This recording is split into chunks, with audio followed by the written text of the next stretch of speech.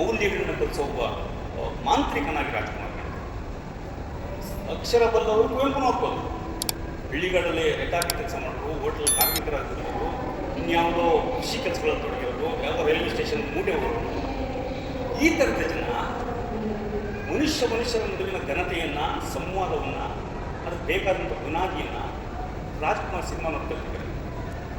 So ಅವರೇ start ಮಾಡ್ತಿದ್ರು, ಅವರೇ ಅದನ್ನು ಒಳಗೊಳ್ತಿದ್ರು. ಅಂದರೆ ಬಡವರ ಸ್ವಾಭಿಮಾನವನ್ನು ಹೆಚ್ಚು ಮಾಡೋದ್ರಲ್ಲಿ, ಅವರ ಘನತೆಯನ್ನು ಹೆಚ್ಚು ಮಾಡೋದ್ರಲ್ಲಿ, ಅವರು ಬದುಕಿನ ಮೌಲ್ಯಗಳನ್ನು ಹೇಳ್ಕೊಡೋದ್ರಲ್ಲಿ ರಾಜ್ಕುಮಾರ್ ಕೆಲಸ ಮಾಡಿದ್ದಾರೆ. ಇದು ಸಮಾಜದ ಮುಂದೆ ಬಿಂಬಿತ ಆಗಬೇಕು. ಅದ್ರ ಮೂಲಕ ಈ ಹೊಸ ಸಮಾಜದ ಇವತ್ತೇನು ನಟ ನಟಿಯರಿದ್ದಾರೆ, ಬೇರೆ ಬೇರೆ ಇದ್ದಾರೆ, ಅದೆಲ್ಲವನ್ನು ನಾವು ಮುಂದಕ್ಕೆ ಸಾಧಿಸಬೇಕು. ಆ ಮೌಲ್ಯಗಳನ್ನ ಅನ್ನೋ ಒಂದು ತುಡಿತ ನನಗೆ. ಆ ತುಡಿತವನ್ನು ರಾಜ್ಕುಮಾರ್ ಜಾತಿ ವಿಚಾರದಲ್ಲಿ, ವರ್ಗ ವಿಚಾರದಲ್ಲಿ ಮೀರಿ ನಿಂತ ವ್ಯಕ್ತಿ. ನಿಮಗದು ಭಾಳ ಕಡೆ ನೀವು ನೋಡಿರ್ಬೋದು. ನಿಮಗೆ ಅನೇಕ ದಂತಕಥೆಗಳ ರೀತಿಯ ರಾಜ್ಕುಮಾರ್ ವಿಚಾರಗಳು ಇದ್ದಾವೆ. ಅವರು ಏನೋ ಕುವೆಂಪುವನ್ನು ಮೀರಿ ನಾವು ರಾಜ್ಕುಮಾರ್ನ ಕುವೆಂಪು, ನಮ್ಮ ಬಸವಣ್ಣನವರು, ಅಂಬೇಡ್ಕರ್ ಈ ಮೌಲ್ಯಗಳ ಜೊತೆಲೂ ಇಟ್ಟು ನೋಡಬೇಕಿತ್ತು ಅನ್ನೋ ಒಳನೋಟವನ್ನು ನನಗೆ ನಮ್ಮ ರಘುನಾಥ್ ಅವರು ಪುಸ್ತಕ ಬಿಡುಗಡೆ ದಿವಸ ಹೇಳಿದ್ರು. ಅದು ಸರಿ ಅಲ್ವಾ ಅನ್ನಿಸ್ತು. ಆದರೆ ನಾನು ಹೇಳದೇ ಇರೋ ಮಾತುಗಳಲ್ಲೇ ಅಂಬೇಡ್ಕರ್, ಹೇಳಿರೋ ಮಾತುಗಳಲ್ಲೇ ಅಂಬೇಡ್ಕರ್ ಇದ್ದಾರೆ, ಅದರಲ್ಲೇ ಬಸವಣ್ಣನವರು ಇದ್ದಾರೆ, ಅದು ಅಡಕ ರೂಪದಲ್ಲಿದೆ ಅನ್ನೋದನ್ನು ಕೂಡ ಹೇಳಿದ್ರು ಅವರು. ಸೊ ಆ ಥರದ್ದು ಆ್ಯಂಗಲ್ಗೂ ರಾಜ್ಕುಮಾರ್ ನೋಡಬೇಕಾಗುತ್ತೆ. ಯಾಕೆಂದರೆ ಸಮಾಜ ಅಂದರೆ ಬರೀ ಸೇವಾ ವಲಯದ ಒಂದು ಪ್ರತಿಬಿಂಬದ ಥರ ಇವತ್ತು ನಮ್ಮ ಮುಂದೆ ಬಿಂಬಿಸ್ತಿದ್ದಾರೆ. ಅದೇ ಅಭಿವೃದ್ಧಿಯನ್ನು ಪರಿಕಲ್ಪನೆ ಕೂಡ ನಮ್ಮ ಮುಂದೆ ಮುಂದಿಟ್ಟಿದ್ದಾರೆ. ಅದನ್ನು ಕಾಂಕ್ರಿಟೈಸ್ ಮಾಡಿದ್ದಾರೆ ಹೊಸ ಜನರೇಷನ್ ಜನಿಸಿ. ಈ ಮೌಲ್ಯಗಳು ಹಾಕೊಂಡು ಹೊಡಿಬೋದು ಅನ್ನೋ ರೀತಿ ಒಳಗೆ ಸಿನಿಮಾ ಮಾಡ್ತಿದ್ದಾರೆ. ಅದು ವಾಸ್ತವ ಅಲ್ಲ. ಅಂದರೆ ವಾಸ್ತವವನ್ನು, ವ್ಯಾಪಾರವನ್ನು ಸರಿದೂಗಿಸುವ ಒಂದು ಬ್ರಿಡ್ಜನ್ನು ಮತ್ತು ಅನಕ್ಷರ ಕುಕ್ಷಿಗಳ ಜನರಿಗೆ ತಲುಪುವ ಒಂದು ಕ್ರಮವನ್ನು ಅವತ್ತಿಗೆ ಮಾಡಿದ ಮಹಾಪ್ರಯೋಗಜಿ ಅದು ಯಾರಾದರೂ ಇದ್ದರೆ ಅದು ಡಾಕ್ಟರ್ ರಾಜ್ಕುಮಾರ್ ಅನ್ನೋದು ನನ್ನ ಅಭಿಪ್ರಾಯ. ಥ್ಯಾಂಕ್ಸ್ ಮಂಜಣ್ಣ. ಭಾಳ ವಿಸ್ತಾರವಾಗಿ ರಾಜ್ಕುಮಾರ್ ಅವರು ನಿಮ್ಮನ್ನ ಹೇಗೆ ಪ್ರಭಾವಿಸಿದ್ರು, ಜೊತೆಗೆ ಅದರ ತುರ್ತೇನಿತ್ತು ಕರ್ನಾಟಕಕ್ಕೆ, ಅವರ ಒಟ್ಟು ವ್ಯಕ್ತಿತ್ವ ಮತ್ತು ಅವ್ರ ಕೆಲಸಗಳನ್ನ ದಾಟಿಸೋ ತುರ್ತೇನು ಅಂತ ನೀವು ಪ್ರಾರಂಭದಲ್ಲಿ ಭಾಳ ಪರಿಣಾಮಕಾರಿಯಾಗಿ ಮಾತಾಡಿದ್ದೀರಾ. ಮತ್ತು ಒಂದು ಅಂಶನ ಇಲ್ಲಿಂದ ತಗೊಂಡು ನಾವು ಚರ್ಚೆ ಮುಂದುವರಿಸ್ಬೋದು ಅಂತ ಅನ್ನಿಸ್ತು. ಒಟ್ಟು ಸಂವಿಧಾನಾತ್ಮಕವಾದಂಥ ಮೌಲ್ಯಗಳು ಮತ್ತು ರಾಜ್ಕುಮಾರ್ ಅವರು ಮತ್ತು ಅವ್ರ ಸಿನಿಮಾಗಳು, ಇವುಗಳ ಚೌಕಟ್ಟಲ್ಲಿ ನಾವು ಯೋಚನೆ ಮಾಡೋದಾದರೆ ಒಂದು ಬಂಧುತ್ವ ಕಲ್ಪನೆ ಏನಿದೆ ಒಟ್ಟು ನಮ್ಮ ಸಂವಿಧಾನದಲ್ಲಿ. ಒಂದು ಸಂವಿಧಾನ, ನಾವು ನೈತಿಕತೆ ಬಗ್ಗೆ ಮಾತಾಡ್ತಿದ್ದೀವಿ, ಇದು ಸರಿ ತಪ್ಪು ಅಂದರೆ ಸರಿ ತಪ್ಪುಗಳು ನಮ್ಮ ಜನರ ನಡುವೆ ಒಂದಿದೆ. ಮತ್ತು ನಮ್ಮ ಕಾನ್ಸ್ಟಿಟ್ಯೂಷನ್ ಏನು ನಮಗೊಂದು ನೈತಿಕತೆ ಕಟ್ಕೊಡ್ತು, ಅದು ಒಂದು ಎತ್ತರಕ್ಕೆ ಏರಿಸ್ತು. ಅಂದರೆ ಜನರ ಮಧ್ಯೆ ಇರೋಂಥ ಸರಿ ತಪ್ಪುಗಳನ್ನ ಪ್ರಜ್ಞೆ ಒಂದು ಎತ್ತರಕ್ಕೆ ಏರಿಸ್ತು. ಜಾತಿ, ಧರ್ಮ, ವರ್ಗ, ಲಿಂಗ ಇವುಗಳನ್ನ ಮೀರಿ ನಾವೇನು ಸರಿ ತಪ್ಪುಗಳನ್ನ ನಾವು ಅನುಸರಿಸಬೇಕು ಅನ್ನೋಂಥದ್ದು ನಮಗೆ ಸಂವಿಧಾನ ಕಲಿಸ್ಕೊಡ್ತು. ಆ ಹಿನ್ನೆಲೆ ಒಳಗಡೆ ರಾಜ್ಕುಮಾರ್ ಅವರು ಒಂದು ಇಡಿಎಂ ಒಂದು ಪರಿಕಲ್ಪನೆಯನ್ನು ರೂಪಿಸಿದ್ರು, ಅಭಿಮಾನಿ ದೇವರುಗಳು ಅಂತ. ಅಂದರೆ ಅಲ್ಲಿವರೆಗೂ ಹೀರೋ ಹಿಂದೆ ಎಲ್ಲರೂ ಅವ್ರಿಗೆ ತಲೆಬಾಗಿ ನಡ್ಕೊಂಡು ಹೋಗುವಂಥ ಅಭಿಮಾನಿಗಳು ಅಂತ ಏನೊಂದು ಕಾಂಟೆಕ್ಸ್ಟ್ ಇತ್ತು ಅಲ್ಲಿವರೆಗೂ. ರಾಜ್ಕುಮಾರ್ ಅವರು ಅದನ್ನು ತಲೆ ಕೆಳಗೆ ಮಾಡಿದ್ರು. ಇಲ್ಲ, ಅವರು ದೇವರುಗಳು, ನಾವು ಅವರಿಂದ ರೂಪುಗೊಂಡಿರೋಂಥ ಅವರು, ಹಂಗಾಗಿ ಅವ್ರು ನಮಗೆ ದೇವರುಗಳು ಅಂತ. ಸೊ ಈ ಅಭಿಮಾನಿ ದೇವರುಗಳು ಅಂತ ಒಂದು ಇಡಿಯಮ್ಮು, ಮತ್ತು ಅವರು ರೂಪಿಸಿದಂಥ ಅವ್ರ ಸಿನಿಮಾಗಳಲ್ಲಿ ರೂಪಿಸಿದಂಥ ಬಂದಿತ್ತು. ಅದು ಮಂಜುಳಾ ಅವರು ಮಾತಾಡೋರು ಹೇಳಿದ್ರು, ರಘುನಾಥ್ ಸರ್ ಹೇಳಿದ್ರು. ಸೊ ಅವ್ರ ಸಿನಿಮಾಗಳ ಮೂಲಕ ಒಟ್ಟು ಜಾತಿ, ಧರ್ಮ, ಲಿಂಗವನ್ನು ಮೀರಿದಂಥ ಒಂದು ಬಂಧುತ್ವ ಕಲ್ಪನೆ ಅವ್ರ ಪಾತ್ರಗಳಲ್ಲಿ ಅಲ್ಲ ನೀನೇ ಎಲ್ಲ ಅಂತಲೂ ಹಾಡು ಹೇಳಿದ್ದಾರೆ.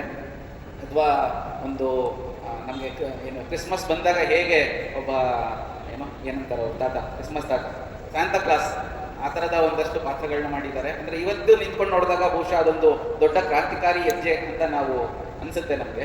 ಸೊ ಈ ಹಿನ್ನೆಲೆ ಒಳಗಡೆ ರಾಜ್ಕುಮಾರ್ ಅವರು ನಮ್ಮೆಲ್ಲರನ್ನು ಒಂದುಗೂಡಿಸೋದಕ್ಕೆ ಮಾಡಿರುವಂಥ ಪಾತ್ರಗಳು, ಆ ಬಂಧುತ್ವ ಕಲ್ಪನೆ ರೂಪುಗೊಳ್ಳೋದಕ್ಕೆ, ಗಟ್ಟಿಯಾಗೋದಕ್ಕೆ ಅವ್ರು ಮಾಡಿದಂಥ ಕಾಂಟ್ರಿಬ್ಯೂಷನ್ಸ್ ಅವ್ರ ಸಿನಿಮಾ ಮೂಲಕ ಹೇಗೆ ಅಂತ ರಘುನಾಥ್ ಸರ್ ರಾಜ್ಕುಮಾರ್ ಅಭಿಮಾನಿಗಳೇ ದೇವರುಗಳು ಅಂತ ಹೇಳ್ತಾರಲ್ಲ, ಅಭಿಮಾನಿ ಮತ್ತು ದೇವರು ಬೇರೆ ಅಲ್ಲ ಅನ್ನುವಂಥ ಒಂದು ಮಾತಿದೆಯಲ್ಲ, ಅದು ಅವರ ಒಟ್ಟಾರೆ ಸಾಮಾಜಿಕ ವಿವೇಕದ ವ್ಯಕ್ತಿತ್ವದ ಒಂದು ಅಭಿವ್ಯಕ್ತಿ ಅಂತ ನಾನು ಭಾವಿಸ್ತೇನೆ. ಬಹುಶಃ ನನಗೆ ಗೊತ್ತಿದ್ದಾಗೆ ಅದುವರೆಗೂ ಅಭಿಮಾನಿಗಳನ್ನು ದೇವರುಗಳು ಅಂತ ಯಾರು ಕರೆದವರಿಲ್ಲ. ಅಭಿಮಾನಿಗಳೇ ದೇವರಾದರೆ ಆಗ ರಾಜ್ಕುಮಾರ್ ಏನು ಅನ್ನುವಂಥ ಒಂದು ಪ್ರಶ್ನೆ ನಾವು ಕೇಳ್ಬೋದು. ನನಗೆ ಯಾವಾಗಲೂ ರಾಜ್ಕುಮಾರ್ ಒಬ್ಬ ಅಪ್ಪಟ ಮನುಷ್ಯನಾಗಿ ಕಾಣಿಸ್ತಾನೆ. ಅಂದರೆ ದೇವರುಗಳ ನಡುವಿನ ಮನುಷ್ಯ ಅಂತ ರಾಜ್ಕುಮಾರ್ ಅವರನ್ನು ಕರೆಯಲಿಕ್ಕೆ ನಾನು ಬಯಸ್ತೇನೆ.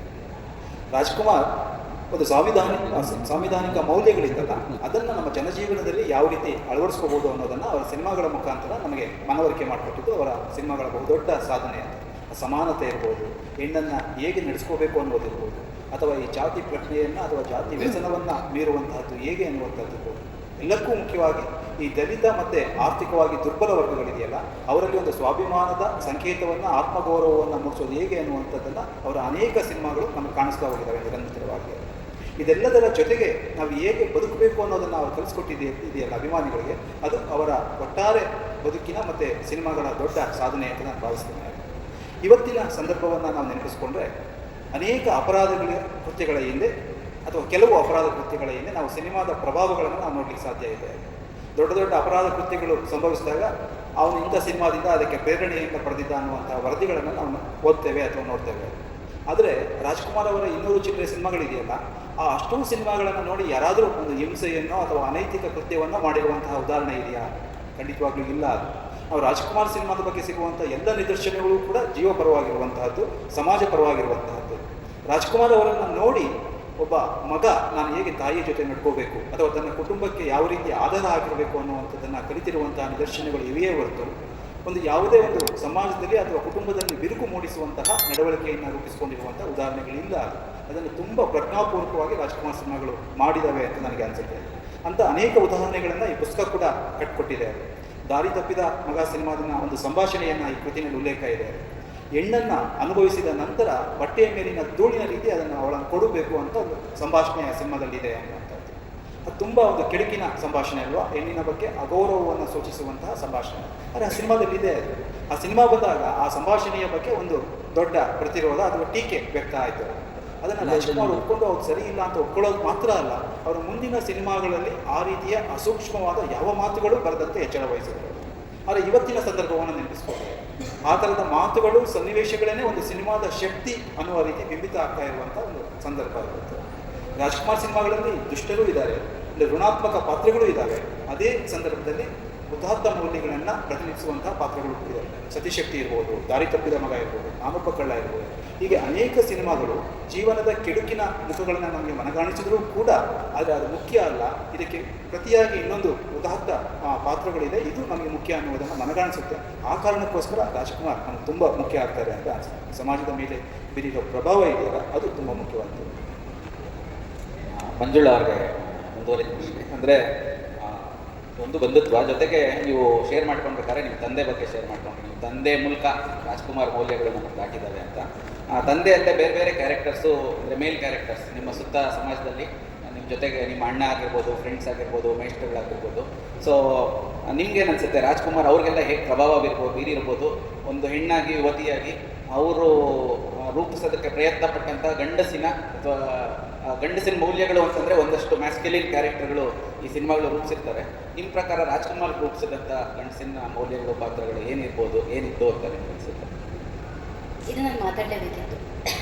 ನಾನು ಪತ್ರಿಕೋದ್ಯಮದ ವಿದ್ಯಾರ್ಥಿ, ಅದರ ಜೊತೆಗೆ ಸಾಹಿತ್ಯ ವಿದ್ಯಾರ್ಥಿ ಕೂಡ. ನನಗೆ ಓದು ಮತ್ತು ಸಿನಿಮಾ ನೋಡೋದ್ರ ಜೊತೆಗೆ ಮನುಷ್ಯರನ್ನ ಗ್ರಹಿಸೋದು ಭಾಳ ಹುಚ್ಚು. ಹಂಗೆ ಗ್ರಹಿಸ್ಬೇಕಾದ್ರೆ ನಾನು ಅವ್ರ ಬಾಡಿ ಲ್ಯಾಂಗ್ವೇಜು, ಸೋಷಿಯಲಾಗಿ ಅವ್ರು ಹೆಂಗಿರ್ತಾರೆ, ಅವ್ರ ಭಾಷೆ ಹೆಂಗಿರುತ್ತೆ ಅನ್ನೋದನ್ನ ನೋಡ್ತಿರ್ತೀನಿ. ಮತ್ತು ನನಗೆ ತುಂಬ ಇಂಟ್ರೆಸ್ಟ್ ಅಂದರೆ ನಾನು ಇಷ್ಟಪಡೋ ಅಥವಾ ನಾನು ಇಷ್ಟಪಡದೇ ಇರೋ ವ್ಯಕ್ತಿಗಳನ್ನ ಇಂಟರ್ವ್ಯೂಗಳು ಮೂಲಕ ನೋಡ್ತಿರ್ತೀನಿ. ಹೊರಗಡೆ ಅವ್ರು ಹೆಂಗೆ ಇಟ್ಕೊತಾರೆ ಅನ್ನೋದು ನನಗೆ ಭಾಳ ಮುಖ್ಯ ಆಗ್ತಿರುತ್ತೆ. ಒಂದು ನನ್ನ ಸುತ್ತ ಇರೋ ಏನು ಗಂಡ ಲೋಕ ಏನಿದೆ ಅದು ಇವಾಗ ಒಂದೊಂದು ಮನೆಯಲ್ಲಿ ರಾಜ್ಕುಮಾರ್ ಆಗೋರು ಇರ್ತಾರೆ, ಆಗದವ್ರು ಇರ್ತಾರೆ, ಆ ಥರ ಇರುತ್ತೆ. ಬಟ್ ನನಗೆ ಪ್ಲಸ್ಡ್ ಏನಂದರೆ ನಮ್ಮ ಮನೇಲಿ ರಾಜ್ಕುಮಾರ್ ಆಗ್ತಿರೋರು ಯಾರೂ ಇಲ್ಲ. ನಮ್ಮ ಅಣ್ಣನಿಂದ ಇದು, ನಮ್ಮ ಅಣ್ಣನಿಗೆ ರಾಜ್ಕುಮಾರ್ ಅಂದರೆ ಭಾಳ ಪ್ರೀತಿ. ನಮ್ಮಪ್ಪ ಡೈಲಿ ಎದ್ದಾಡಿದ್ದೆ ರಾಜ್ಕುಮಾರ್ ಡೈಲಾಗ್ ಥರ ಅವ್ರು ಬದುಕ್ತಿದ್ದಂಗೆ. ಅವರು ಒಬ್ಬ ಡ್ರಾಮಾ ಮಾಸ್ಟರ್ ಆಗಿದ್ದರಿಂದ ಅವರ ಇಡೀ ವ್ಯಕ್ತಿತ್ವ ಒಂದು ಡೈಲಾಗ್ ಥರ ಕಾಣಿಸೋದು. ಅಂದರೆ ನನಗೆ ಅವರ ಇಡೀ ವ್ಯಕ್ತಿತ್ವನೇ ಬೇರೆ ಥರ ಕಾಣಿಸೋದು. ಒಂದು ನನಗೆ ರಾಜ್ಕುಮಾರ್ ಸಿನಿಮಾಗಳ ಮೂಲಕ ರಾಜ್ಕುಮಾರ್ನ ನಾನು ಅತಿಯಾಗಿ ಪ್ರೀತಿಸ್ತೀನಿ. ಆದರೂ ಅದರ ಆಚೆಗಿನ ರಾಜ್ಕುಮಾರ್ ನನಗೆ ಭಾಳ ಇಷ್ಟ. ನಾನು ತುಂಬ ಇಂಟರ್ವ್ಯೂಗಳು ನೋಡಬೇಕಾದ್ರೆ ಅವ್ರ ಬಗ್ಗೆ ಬಂದಂಥ ತುಂಬ ತಪ್ಪು ಲೇಖನಗಳನ್ನ ಓದ್ತಾ ಇದ್ವಿ. ಅವ್ರು ಯಾರಿಗೂ ಆಕ್ಸಿಡೆಂಟ್ ಮಾಡಿಸಿರೋಂಥನೋ, ಅವ್ರು ಯಾರಿಗೂ ಹೆಣ್ಮಕ್ಳ ಜೊತೆ ನಡ್ಕೊಂಡು ಏನೇನೋ ಕೇಳ್ತಾ ಇದ್ವಿ, ಓದ್ತಾ ಇದ್ವಿ. ಆದರೆ ಫೈನಲಿ ನನಗೆ ರಾಜ್ಕುಮಾರ್ ಮಾತಾಡೋದನ್ನ ನೋಡಬೇಕಾದ್ರೆ ಅವ್ರೊಳಗಿದ್ದಂಥ ಪ್ರಜ್ಞೆ ಇದೆಯಲ್ಲ, ಅದು ನಾಗರಿಕತೆ ಭಾರತಕ್ಕೆ ಭಾಳ ದೂರದ್ದು. ಅಂದರೆ ನಾವೆಷ್ಟೇ ಬೆಳೆದಾಗಲೂ ಕೂಡ ಇನ್ನೊಬ್ರ ಮುಂದೆ ನಿಂತಾಗ ಮಗು ಥರ ನಿಂತ್ಕೊಂಡು ಯಾರಿಗೂ ನೋವಾಗ್ದಂಗೆ, ಆ ಭಾಷೆನ ಕೆಡಿಸ್ದಂಗೆ ತುಂಬ ಗಂಭೀರವಾಗಿ ಮಾತಾಡ್ತಿದ್ರು ರಾಜ್ಕುಮಾರ್.